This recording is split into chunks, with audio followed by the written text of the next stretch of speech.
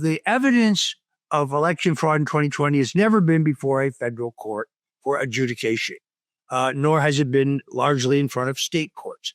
Let's go also to the election fraud.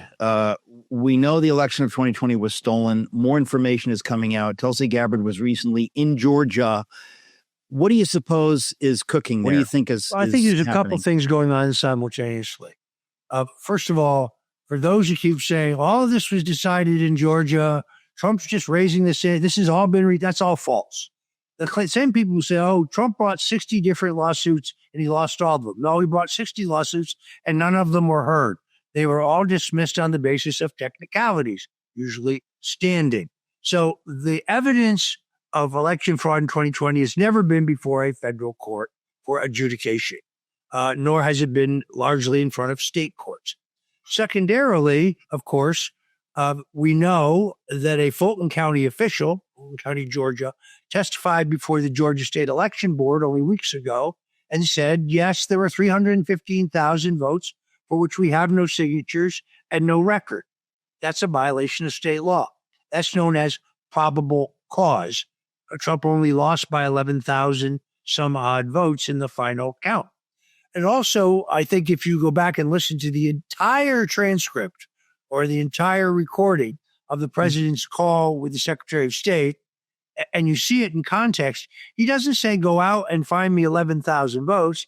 He says, you have already inadvertently counted more than 11,000 votes. So just finding enough illegal votes that have been counted would make me the winner, which it would have.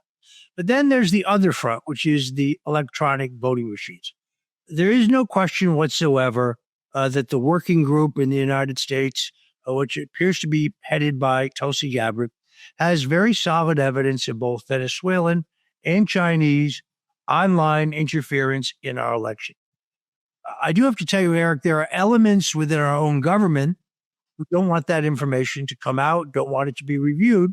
I suspect it's because there are some in our intelligence agencies who have used this same technology to interfere in foreign elections in the past, and perhaps were involved in the use of it here in the United States. So it is a struggle internally, but the president is very serious about getting to the bottom of it. He's chosen the right person because Tulsi Gabbard demonstrated to us in the Russian collusion hoax, where she finally declassified all the documents, proving that that was the greatest single dirty trick in American political history and probably the largest single abuse of power.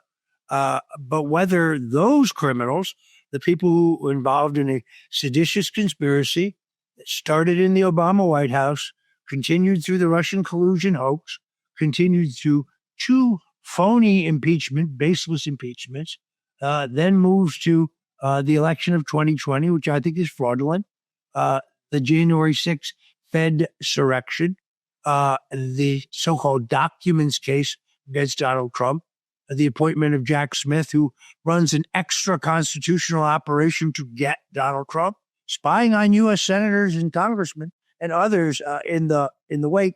That is one continuing conspiracy. Same people, same conspirators, and therefore a grand jury in southern Florida, this district of South Florida, can charge people for those crimes. It remains to be seen whether that's going to happen, but I'm praying for it. I mean, clearly there are many Americans who really just want to see justice, and we're tired of hearing about, things are happening. Do you have any sense whether the Department of Justice is on the job? Because many people have expressed doubt about that. Look, I think the jury is still out, and I'm not going to prejudge. But I do recognize it didn't take them very long to charge me, to charge General Flynn, to charge Donald Trump.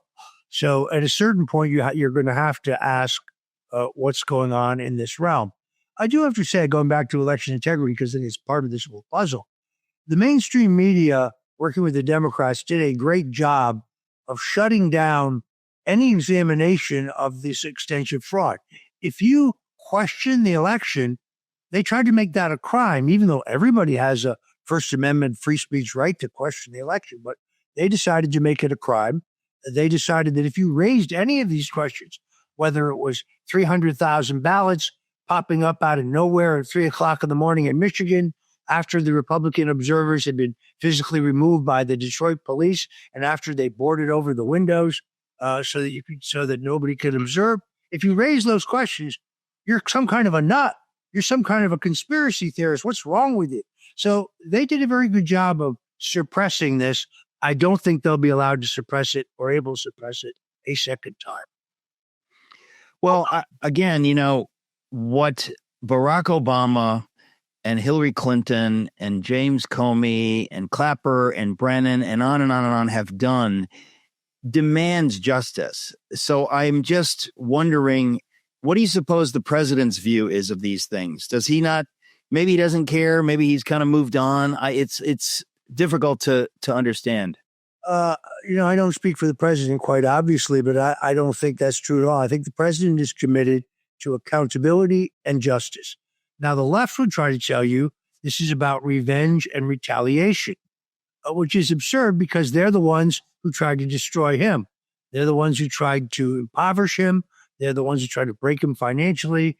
They're the ones who tried to keep him off the ballot in 50 states. They're the ones who tried to put him in jail. And now, when you go back and examine how they broke the law and violated the Constitution, they say, oh, that's retaliation and revenge. No, it's accountability and justice. I think the president is still deeply committed to it. I mean, and we have to, say, why do we care what they say? They lie so horribly. I mean, it's really a fascinating thing that we're worried about what they say, or they're going, oh, gosh, they'll call Trump a fascist and authoritarian. They've been doing that since 2016.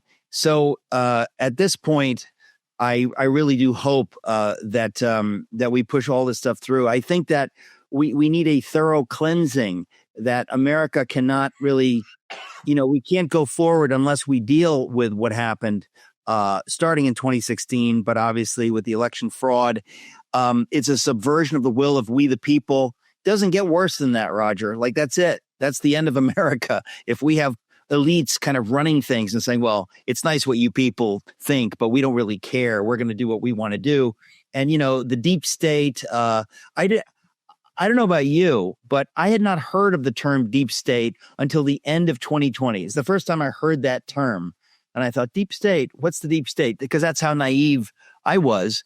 And I think most Americans realize that we have a decades-long problem that needs fixing. You have been great at helping me, see this going back, through Reagan to JFK, that we have had this elite class in D.C. running things. And that's not what the founders set up. I just finished a 600-page book, which I wrote on the American Revolution. And it is so astonishing to me how far we have drifted from the founding vision of what America is supposed to be. And I think most Americans would like to go back to that. But in order to go back to that, we have to deal with the last 60 years. And obviously, again, you've been really great in explicating what it is that we've been, gaslit into believing. Well, and the president has been a real leader. He's certainly shown the leadership to get to the bottom of who really killed John F. Kennedy. He's shown the leadership to get to the bottom of who really killed Senator Robert Kennedy. He's committed to getting to the bottom of who really killed Dr. Martin Luther King, because I don't think the individuals charged in any of those cases, I've written books on a couple of them, are actually the perps.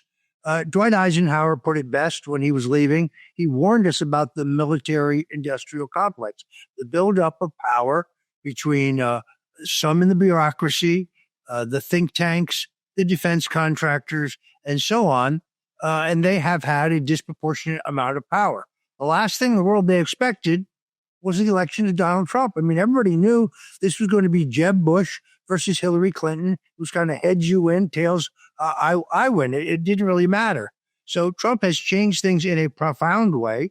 He staged the greatest single comeback in American political history, something the odds were overwhelmingly against. I happen to think divine intervention is a key factor in that, because on paper, it should not have been possible, but it happened.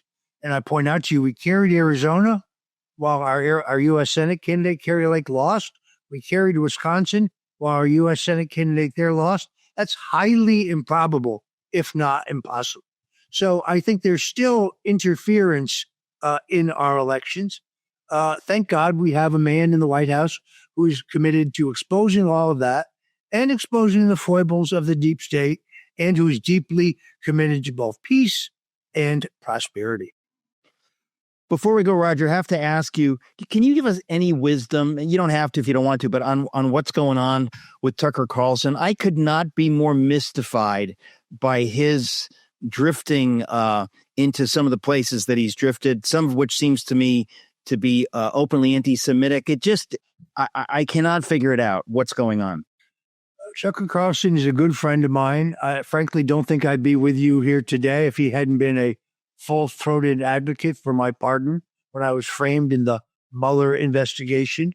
I haven't talked to him recently, so I can't tell you his point of view. I find the attacks on him equally tedious. Beyond that, I really have no comment. Well, I'm glad I asked you, and I appreciate that. Roger Stone, we love you. Thanks for coming on. Great to be with you. And that is a great-looking shirt.